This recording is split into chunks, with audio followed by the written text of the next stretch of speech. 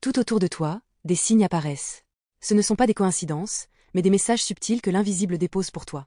Chacun de ces signes est une clé, et aujourd'hui, nous allons découvrir ce qu'elle ouvre. Il y a des rencontres qui bouleversent tout. Elles ne viennent pas au hasard. Elles surgissent comme un éclair, et d'un coup, plus rien n'est comme avant.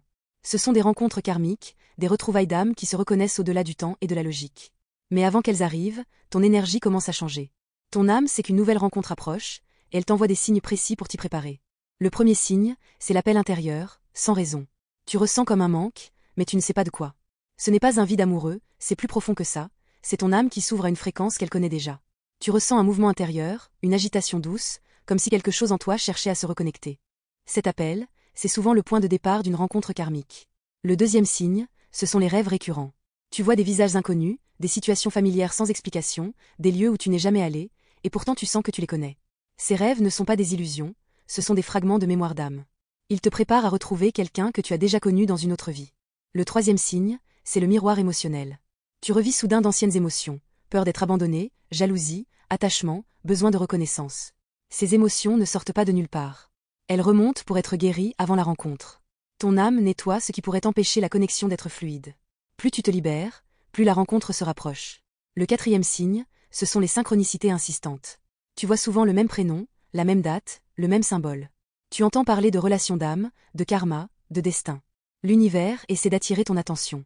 Ces signes ne sont pas des coïncidences, ils sont les cailloux que ton âme sème sur le chemin pour que tu n'oublies pas la direction à suivre. Le cinquième signe, c'est la sensation d'une présence invisible. Tu ressens parfois une énergie autour de toi, une chaleur soudaine, un parfum, une impression que quelqu'un pense à toi sans être là. C'est la vibration de l'autre âme, qui se rapproche. Elle te sent, toi aussi, avant la rencontre. Il y a comme une reconnexion progressive dans l'invisible. Le sixième signe, c'est l'accélération des événements dans ta vie. Quand une rencontre karmique approche, les choses bougent.